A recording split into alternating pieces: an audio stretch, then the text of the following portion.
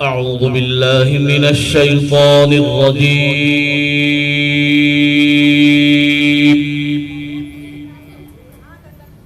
بسم الله الرحمن الرحيم.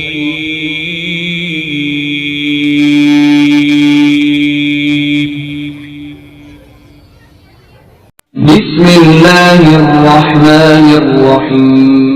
اللہ سیدنا محمد مبارک وسلم. ہر انسان کی یہ چاہت ہوتی ہے کہ میری آرزوئیں اور تمنائیں پوری ہو جائیں. جب وہ دیکھتا ہے کہ جس بندے کے پاس مال زیادہ ہے وہ اپنی مرضی کے ہر کام کو کر لیتا ہے،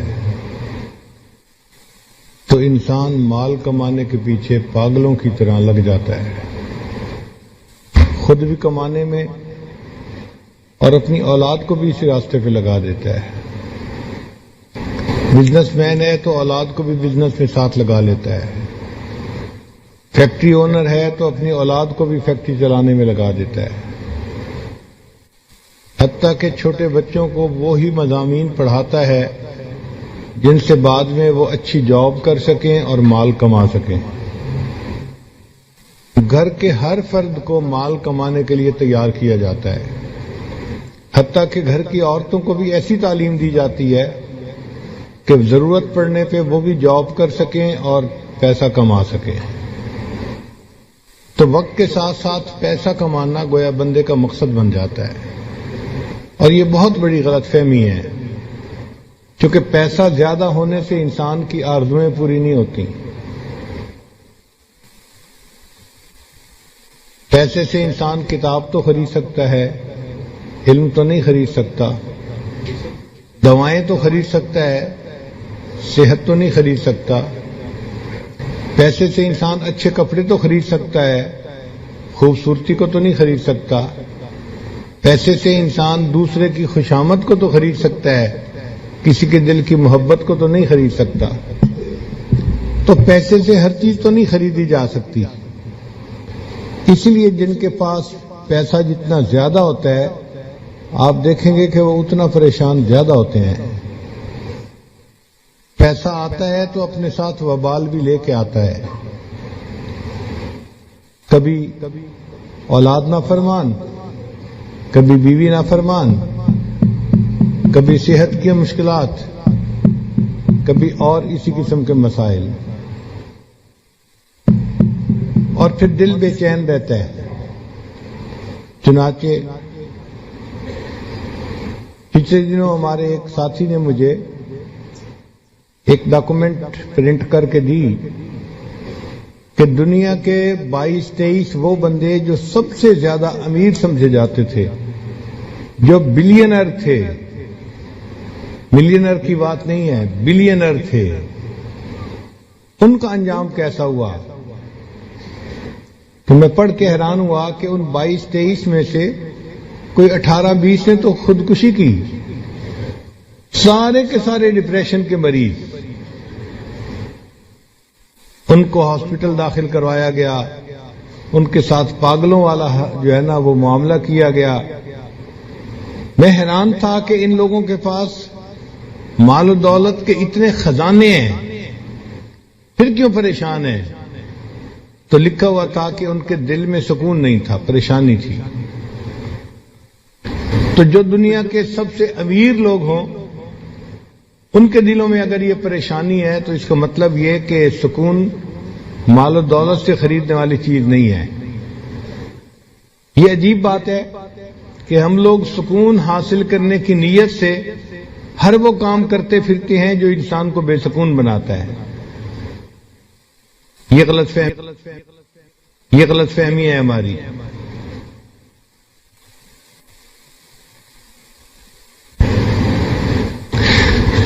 سکون ملتا ہے اللہ تعالیٰ کی یاد سے اور نیکی کی زندگی گزارنے سے. الا بذکر اللہ تطمئن القلوب. جان لو اللہ کی یاد کے ساتھ دلوں کا اطمینان وابستہ ہے. آپ اگر غور کریں تو دنیا میں مختلف چیزوں سے نفع اٹھانے کے طریقے مختلف ہیں، پانی سے نفع اٹھانے کے طریقے اور ہیں، آگ سے نفع اٹھانے کے طریقے اور ہیں، ہوا سے نفع لینے کے طریقے اور ہیں، مٹی سے نفع لینے کے طریقے اور ہیں، جدا جدا طریقے ہیں۔ ذہن میں سوال پیدا ہوتا ہے وہ کون سا طریقہ ہے کہ جس سے کہ ہم اللہ تعالیٰ کی ذات سے فائدہ اٹھانے والے بن جائیں، اللہ کے خزانوں سے فائدہ لینے والے بن جائیں، وہ طریقے کون سے ہیں؟ اس کو سمجھانے کے لیے ہمارے آقا اور سردار حضرت محمد مصطفیٰ احمد مجتبی صلی اللہ علیہ وسلم دنیا میں تشریف لائے، اور انہوں نے آ کر یہ بات سمجھائی کہ لوگو، اگر تم میرے نقش قدم پر چلو گے تو اللہ کے خزانوں سے سب سے زیادہ فائدہ اٹھانے والے تم بن جاؤ گے، اور اگر اس کی خلاف ورزی کرو گے تو نقصان پانے والے بنو گے۔ فرمایا ان اللہ جعل العزت والوقار لمن تابع امری، کہ جس بندے نے میرے حکم کی فرما برداری کی اللہ نے اس کے لیے عزت اور وقار کو لکھ دیا، وجعل الذلت والصغار علی من خالف امری، اور جس نے میرے حکم کی مخالفت کی اللہ نے اس کے لیے صغار، چھوٹا پن اور ذلت کو لکھ دیا ہے۔ تو دنیا میں کامیاب زندگی گزارنے کا ایک ہی راستہ ہے جس راستے پر اللہ کے پیارے حبیب صلی اللہ علیہ وسلم چلے، اور انہوں نے ہمیں اس راستے پہ چلنے کا حکم عطا فرمایا۔ اس کے سوا کوئی دوسرا راستہ نہیں ہے۔ آج دنیا ٹھوکریں کھا رہی ہے، کوششیں میں لگی ہوئی ہے، لیکن اس کے بعد مال دولت سمیٹنے کے باوجود پھر پریشان ہے۔ آپ جس بندے سے بات کر کے دیکھ لیں آپ کو وہی بندہ پریشان نظر آئے گا، اور پریشانیاں بتانی شروع کرتے ہیں، اللہ کی شان کے پریشانیاں ختم ہی نہیں ہوتی، آپ سنتے چلے جائیں سنتے چلے جائیں، اتنی لمبی حکایتیں ہوتی ہیں کہ بندہ سن کے حیران ہو جاتا ہے، تنگ آ جاتا ہے۔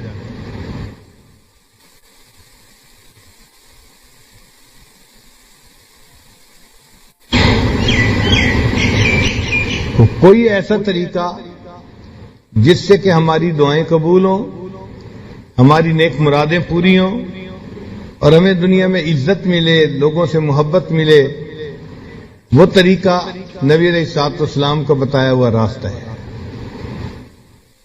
وہ طریقہ نیکوکاری کی زندگی اختیار کرنے کا راستہ ہے۔ اللہ تعالیٰ ارشاد فرماتے ہیں وَلَوْ أَنَّ أَهْلَ الْقُرَىٰ آمَنُوا وَاتَّقَوْا، اگر یہ بستی دیسوں والے ایمان لاتے، تقوی کو اختیار کرتے، لَفَتَحْنَا عَلَيْهِمْ بَرَكَاتٍ مِّنَ السَّمَاءِ، ہم ان کے لیے آسمان سے برکتوں کے دروازے کھول دیتے۔ تو برکتوں کے دروازے کھل سکتے ہیں مگر ان کو ہمارے گناہوں نے روکا ہوا ہے۔ ہم لوگ ایک کمرے میں تھے، گرمی تھی، ایک بچہ بار بار بٹن بند کر دیتا تھا پنکھے کا، تو گرمی اور زیادہ ہو جاتی تھی۔ ہم حیران تھے کہ یہ کیا معاملہ ہے۔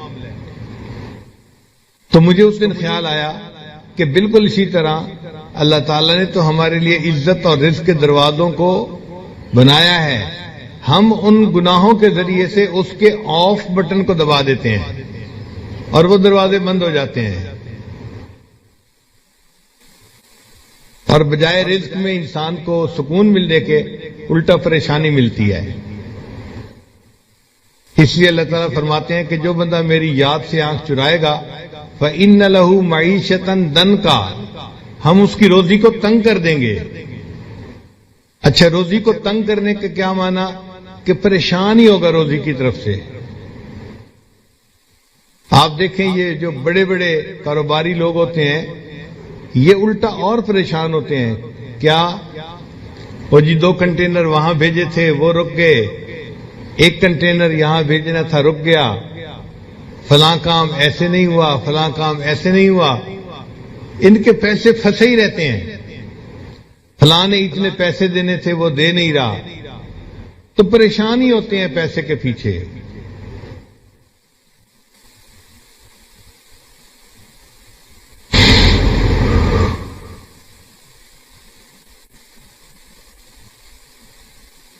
اور کئی مرتبہ ایکسپینشن کے چکر میں شیطان ڈال دیتا ہے۔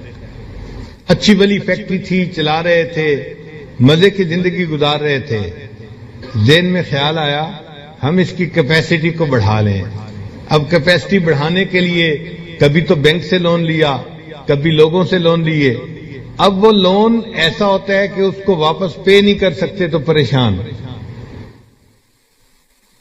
تو پریشانی پریشانی.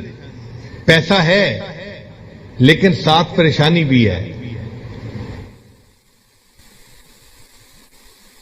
پھر آپس میں بیٹھ کے باتیں کرتے ہیں جی کہ لیکوڈیٹی نہیں ہے ہمارے پاس، اس لیے پریشانی زیادہ ہو گئی ہے.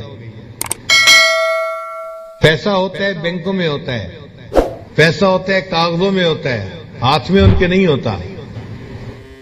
بس ان کی فیکٹریوں کی کیپیسٹیز بڑھتی جاتی ہیں اور وہ پریشان ہی ہوتے ہیں. اللہ ان کی معیشت کو تنگ کر دیتے ہیں اس طرح سے، ہر وقت پریشان.